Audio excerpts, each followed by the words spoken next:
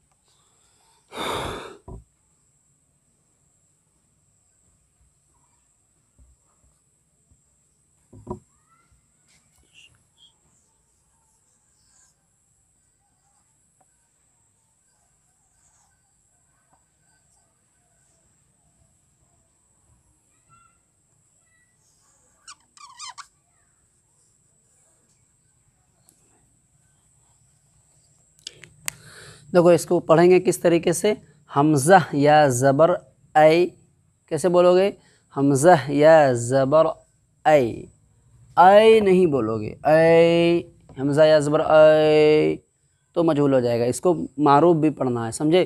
कैसे बोलोगे, हमज़ा या ज़बर ऐ, बा या ज़बर बै, ठीक है। खींचना भी नहीं है और झटका भी नहीं मारना है और मजहूल भी नहीं पढ़ना है, मारूफ भी पढ़ना है, समझे।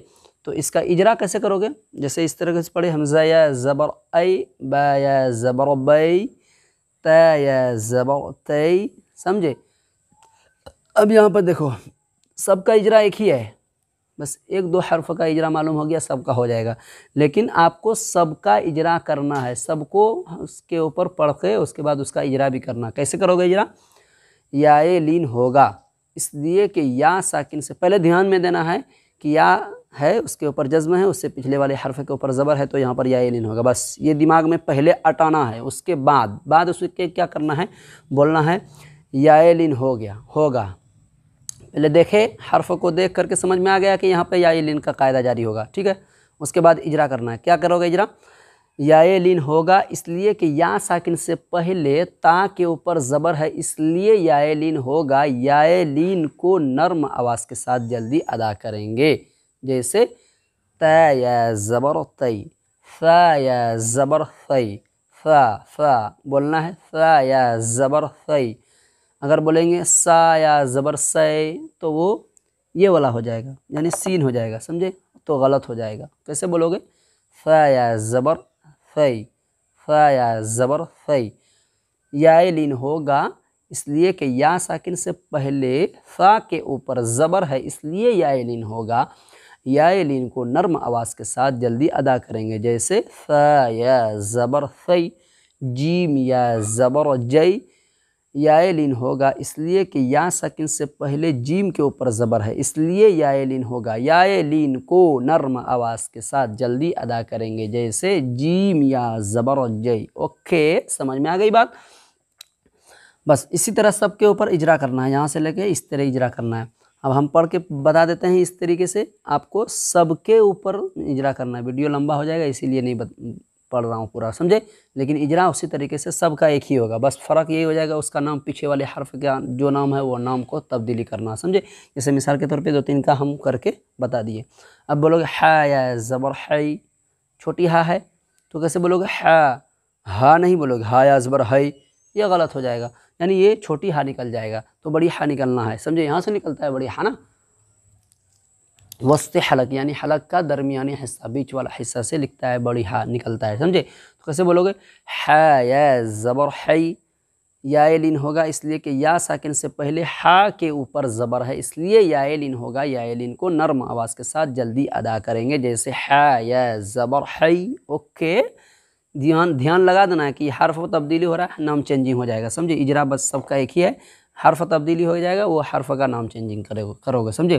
पढ़ो खा या ज़बर खई, दाल या ज़बर दई, दाल या ज़बर दई, दाल या ज़बर दई, ऐसे बोलना है। जाल या ज़बर जय बोलोगे तो ये जिम हो जाएगा, नहीं, इस तरीके से नहीं बोलना, बल्कि कैसे बोलोगे दाल या ज़बर दाल या ज़बर रई, रा या ज़बर रई, रा या ज़बर रई, रा या ज़बर रई नहीं बोलना है, यहाँ रापुर होगी, कभी रापुर होती है कभी बारीक होती है, समझे। किसी किसी सूरत में होती है, ये सब पुर हर्फ है, मतलब हमेशा हर हालत में रापुर नहीं होती है, वो सब जब राप का कायदा आएगा उसके अंदर में हम बता देंगे रा कब बारीक होती है, रा कब पुर होती है, वहाँ आपको समझना है, बस इतना ध्यान में रखो। यहाँ पर रा पुर होगी यानी मुंह भर के पढ़ोगे। रा या ज़बर रई, ज़ा या ज़बर ज़ई, सीन या ज़बर सई, शीन या ज़बर शई, स्वाद या ज़बर फ़ई, वाद या ज़बर वई। ओके, समझ में आ गई बात। सबका इजरा करना है उसी तरीके से जैसे मैं किया शुरू में, ये 2-3 का और इसके बाद इसका किया हूँ।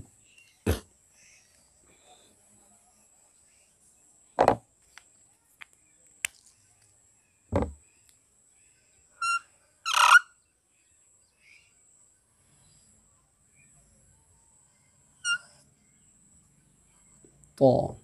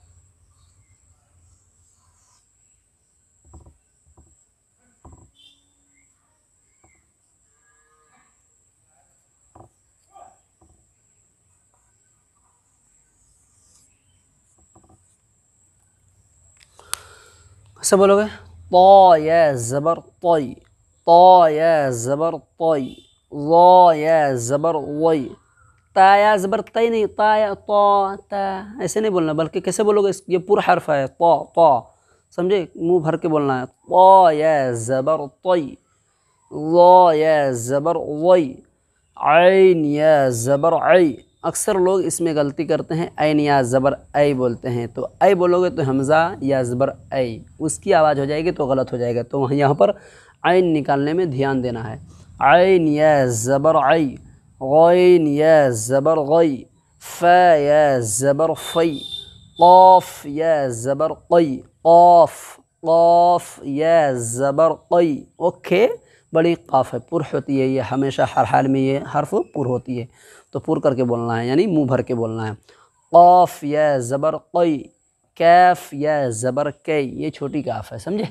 कैफ या ज़बर कई, लाम या ज़बर लई, मीम या ज़बर मई। ओके, आगे है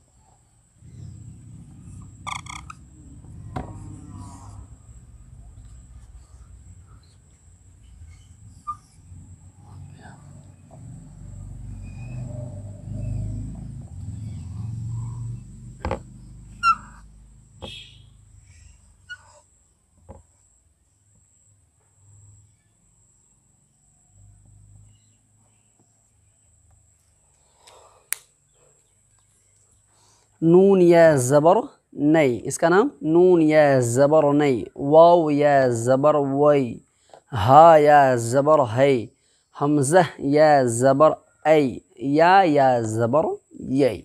ओके, तो अब समझ में आ गई बात कि या साकिन हो, या साकिन से पिछले वाले हर्फ के ऊपर ज़बर हो तो वहाँ पर याए लीन होगा, उसका नाम हो जाएगा याए लीन। और इस याए लीन को नर्म आवाज़ के साथ ही अदा करते हैं, जल्दी भी नहीं पढ़ते हैं और खींच के भी नहीं पढ़ते हैं, और नर्म आवाज़ के साथ अदा करते हैं। नर्म आवाज़ के साथ जल्द अदा करें, यानी जल्दी पढ़ते हैं लेकिन नर्म आवाज़ के साथ, जैसे बस, कफ, मुंबई, बम्बई बोलते हैं हमारे देहात के अंदर में, बम्बई, समझे किस तरीके से बोलते थे, बस उसी का वो मिसाल है या लीन का, बम्बई, समझे। तो ये पढ़ना है।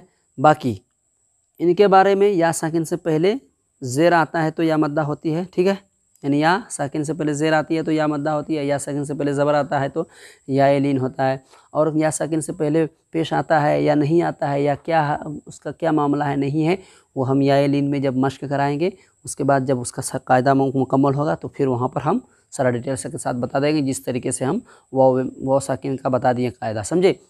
ठीक है, कल के सबक में हम पढ़ाएंगे इंशाअल्लाहुल अज़ीम, आपको मश्क कराएंगे या लीन का, यानी लफ्ज़ को जोड़ जोड़ करके या लीन को बीच में या शुरू में या आखिरी में दाखिल करके किस तरीके से अदा करते हैं, वो चीज़ हम कल के सबक में बताएंगे।